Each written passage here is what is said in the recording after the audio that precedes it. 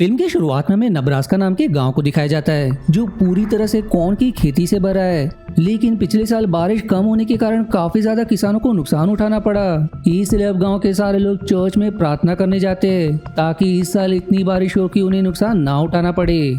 अब प्रार्थना खत्म होने के बाद सभी चर्च के बाहर आ जाते हैं, जिसमें जॉन नाम का एक बच्चा भी शामिल होता है। और इस चर्च में से वो ही अकेला बच्चा प्रार्थना करने आया था, क्योंकि पूरे गांव के सारे बच्चे आइजैक नाम के लड़के के साथ खेलने गए थे। जॉन भी वहां जाना चाहता था, पर उसके पिता आइजैक को पसंद नहीं करते क्योंकि वो बहुत ही ज्यादा शरारती है। इसके बाद जॉन अपने पिता के साथ एक रेस्टोरेंट में आता है, पर तभी वहाँ गांव के बाकी बच्चे भी आ जाते हैं, जिसे देखकर जॉन को लगता है कि इनका आइजैक के साथ खेलना पूरा हो गया है, इसलिए ये सभी वापस आ गए। लेकिन तभी रेस्टोरेंट के बाहर आइजैक आ जाता है, जिसकी इशारा करते ही सारे बच्चे वहाँ मौजूद सभी बड़े लोगों को धारदार हथियार से मारना शुरू कर देते हैं। और फिर देखते ही देखते वो सभी बच्चे पूरे गांव के बड़े लोगों की घिनौने तरीके से हत्या कर देते हैं। वहीं इधर जॉन की बहन सारा को दौरा पड़ने लगता है, जिस दौरे में वो एक स्केच बनाना शुरू कर देती है, जो स्केच उसी घटना के बारे में है जहाँ रेस्टोरेंट में काफी लोग मरने वाले हैं। दरअसल सैरा के पास कुछ खास शक्तियां है, जिससे वो भविष्य में क्या होने वाला है उसका स्केच बना सकती है। अब हमें 3 साल बाद का सीन दिखाया जाता है, जहाँ जेनी नाम की लड़की अपने बॉयफ्रेंड मैक्स के साथ नब्रास्का गांव से गुजर रही होती है। वहीं कॉर्नफील्ड में कोई इंसान एक लड़के पर धारदार हथियार से हमला करके उसे बुरी तरह से घायल कर देता है, जो बेचारा जैसे तैसे सड़क की तरफ भी भागता है। लेकिन दुर्भाग्य से मैक्स का ध्यान जेनी की तरफ होने से वो उस लड़के को ही अपनी गाड़ी से कुचल देता है। पर जब मैक्स उस लड़के को देखने पड़ता है, उसे समझ आता है कि उस लड़के के गले पर पहले से ही किसी ने धारदार हथियार से हमला किया था, जो देखकर वो और जेनी एकदम घबरा जाते हैं। मैक्स अब जेनी को गाड़ी में ही रुकने का कहकर खुद कॉर्नफील्ड के अंदर चेक करने जाता है, ताकि पता लगा सके कि आखिर किसने उस लड़के पर हमला किया होगा। तब थोड़ी दूर आने के बाद उसे कॉर्नफील्ड के अंदर उस लड़के का बैग मिलता है, जिस पर खून लगा हुआ था। वहीं इधर जेनी जब गाड़ी में होती है, तभी उसे ऐसा महसूस होता है कि गाड़ी के आसपास कोई है। लेकिन जब वो चेक करने गाड़ी के बाहर आती है तो उसे वहाँ कोई दिखाई नहीं देता। इसके बाद अब वो उस लड़की के शव के पास आती है, लेकिन तभी वो लड़का अचानक से जीवित होकर जेनी पर ही हमला कर देता है। पर अगले ही पल मैक्स जेनी को नींद से उठा देता है, क्योंकि वो गाड़ी में बैठे बैठे ये डरावना सपना देख रही थी। अब मैक्स उस लड़के के शव और उसके बैग को गाड़ी में डालकर पुलिस स्टेशन जाने के लिए निकल जाता है, ताकि वहां से मदद ला सके। पर वहीं हम देखते हैं कि कोई अनजान इंसान कॉर्नफील्ड से उन पर नजर रखे है। दूसरी तरफ हम जॉन और सैरा को देखते हैं, जो दोनों आपस में बातें कर रहे थे। और उनकी बातों से हमें पता चलता है कि आइजैक किसी तरह के शैतान की पूजा करता है, और उसी ने गांव के पूरे बच्चों को अपने कल्ट में शामिल कर लिया है, जिसी कारण से बच्चों ने गांव के सारे बड़े लोगों की हत्या कर दी। लेकिन जॉन और सैरा उस कल्ट का हिस्सा नहीं बनना चाहते। अब वहाँ एलेक्स नाम का लड़का आता है, जो उन दोनों को पकड़कर आइजैक के पास लाता है और उनसे कहता है कि मैंने इन दोनों को गेम खेलते हुए पकड़ा है, और हमारे कल्ट के मेंबर्स गेम वगैरह नहीं खेल सकते, इसलिए उन लोगों ने अपराध किया है, इन्हें सजा मिलनी ही चाहिए। साथ ही वो उसे सैरा द्वारा बनाई गई एक स्केच भी दिखाता है, जिसमें सैरा ने मैक्स और जेनी का स्केच बनाया होता है कि वो दोनों इस गांव में आ चुके हैं। तब ये देखकर आइजैक एलेक्स से कहता है कि इन दोनों को इनके घर छोड़ाओ, क्योंकि ये हमारे कल्ट के मेंबर्स नहीं हैं। साथ ही बुजुर्ग मैकेनिक से कह देना कि अगर मैक्स और जेनी वहाँ किसी काम से आए तो वो उन्हें हमारे कल्ट वगैरह के बारे में कुछ न बताए। जो सुनकर एलेक्स को गुस्सा आ जाता है कि आइजैक ने जॉन और सैरा को सजा नहीं दी। इधर मैक्स और जेनी आगे बढ़ते हुए उसी बुजुर्ग मैकेनिक के पास आकर रुकते हैं और उससे पुलिस स्टेशन का पता पूछते हैं, जिस पर वो जवाब देता है कि इस पूरे गांव में कोई पुलिस स्टेशन नहीं है, इसलिए तुम्हें दूसरे गांव जाना होगा, जहां तक जाने का वो रास्ता भी उन्हें बताता है।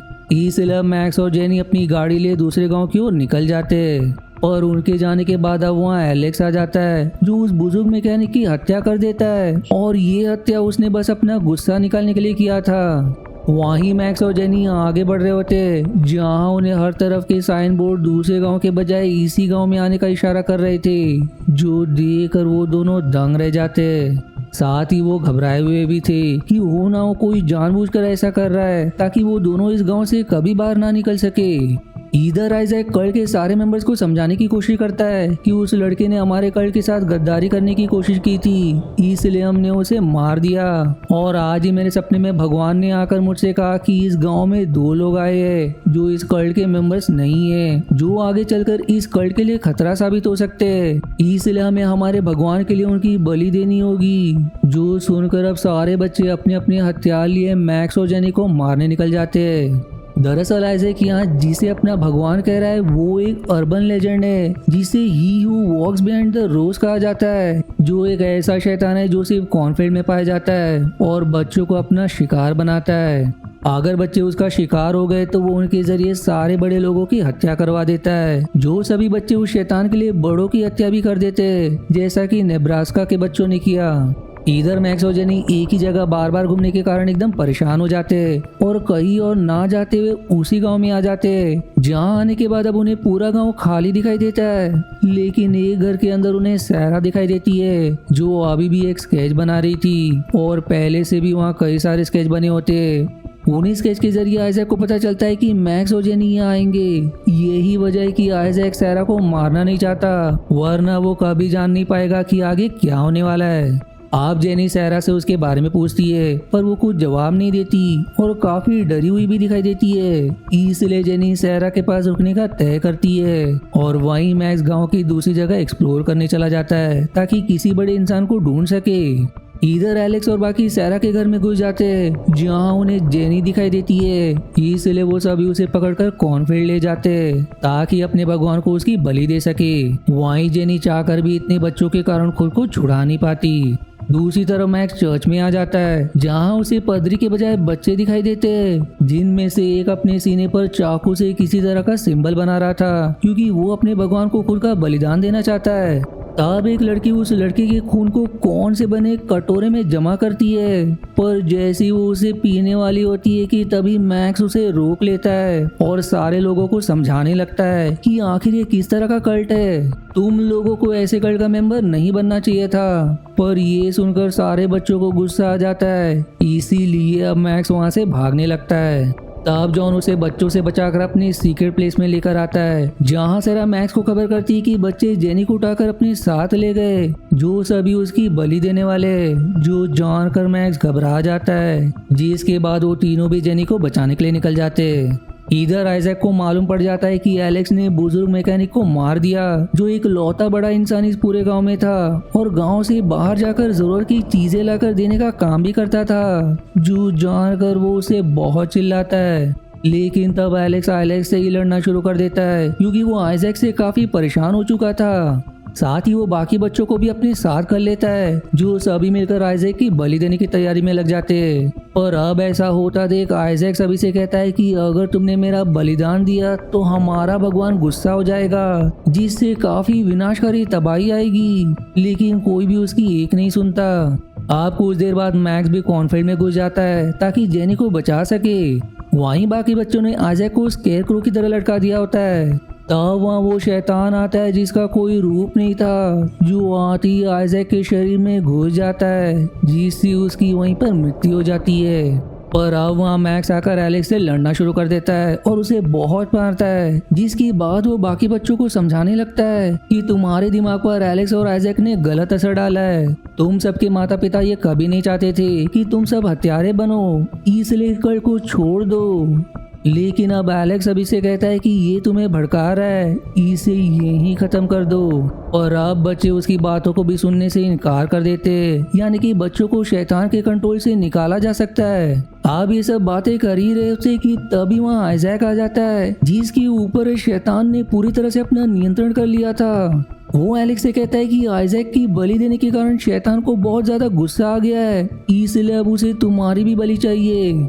तब आइजैक के इतने खतरनाक रूप को देखकर सारे बच्चे डर के मारे वहां से भाग जाते हैं और फिर आइजैक माचिस कांडी की तरह एलेक्स की गर्दन तोड़कर उसकी हत्या कर देता है, जिसके तुरंत बाद वहाँ तूफान उठने लगता है। इसलिए मैक्स, जेनी और बाकी बच्चे पास ही के बांध में छिप जाते हैं। लेकिन अब तूफान बांध को भी जमीन से उखाड़ने लगता है, जो देखकर मैक्स अब कहता है कि जब तक शैतान मरेगा नहीं तब तक ये तूफान नहीं रुकेगा। जो सुनकर अब जॉन मैक्स को बाइबल का एक पन्ना देता है है और उसे कहता है कि काफी समय पहले एक पुलिस ऑफिसर ने बाइबल के इसी पन्ने को पढ़कर शैतान को मारने की कोशिश की थी, लेकिन उससे पहले ही एलेक्स ने उसे मार दिया। इसलिए मैक्स भी उस पन्ने को पढ़ता है, जिसे समझकर उसे पता चलता है कि शैतान को अगर मारना है तो उसे जलाना होगा। इसलिए वो शराब को खेत के वाटर स्प्रिंकल मशीन के अंदर डालना शुरू कर देता है, जिससे पूरे खेत में शराब फैल जाती है, जिससे उसमें आग लगाकर शैतान को मारा जा सकता है, क्योंकि उस शैतान को खेत से ही ताकत मिलती है।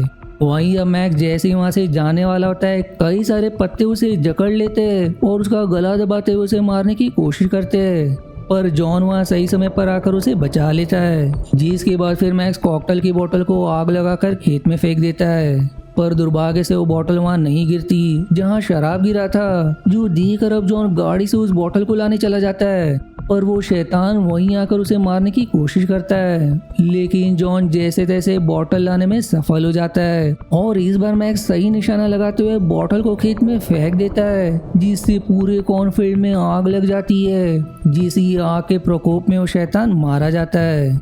इसके बाद अब मैक्स और बाकी अपने गाड़ी में बैठ जाते हैं, लेकिन गाड़ी में छिपी हुई कल्ट की एक लड़की उन पर हमला कर देती है, पर जेने भी उसके मुंह पर ही दरवाजा बंद करके उसे बेहोश कर देती है, जिसके बाद वो और मैक्स सैरा और जॉन को अपने साथ लेकर वहां से चले जाते हैं, जिसे मिक्स फीलिंग के साथ ये मूवी यहीं समाप्त हो जाती है। अब अगर आपको लग रहा होगा कि इस मूवी की कहानी यहीं खत्म हो गई है, तो ऐसा बिल्कुल भी नहीं है। इसके आगे और भी 4 पार्ट्स है, जिनकी कहानी बहुत ही जबरदस्त है। इसलिए अगर आपको इसका अगला पार्ट देखना है तो इसका लिंक आपको आई बटन या डिस्क्रिप्शन में मिल जाएगा।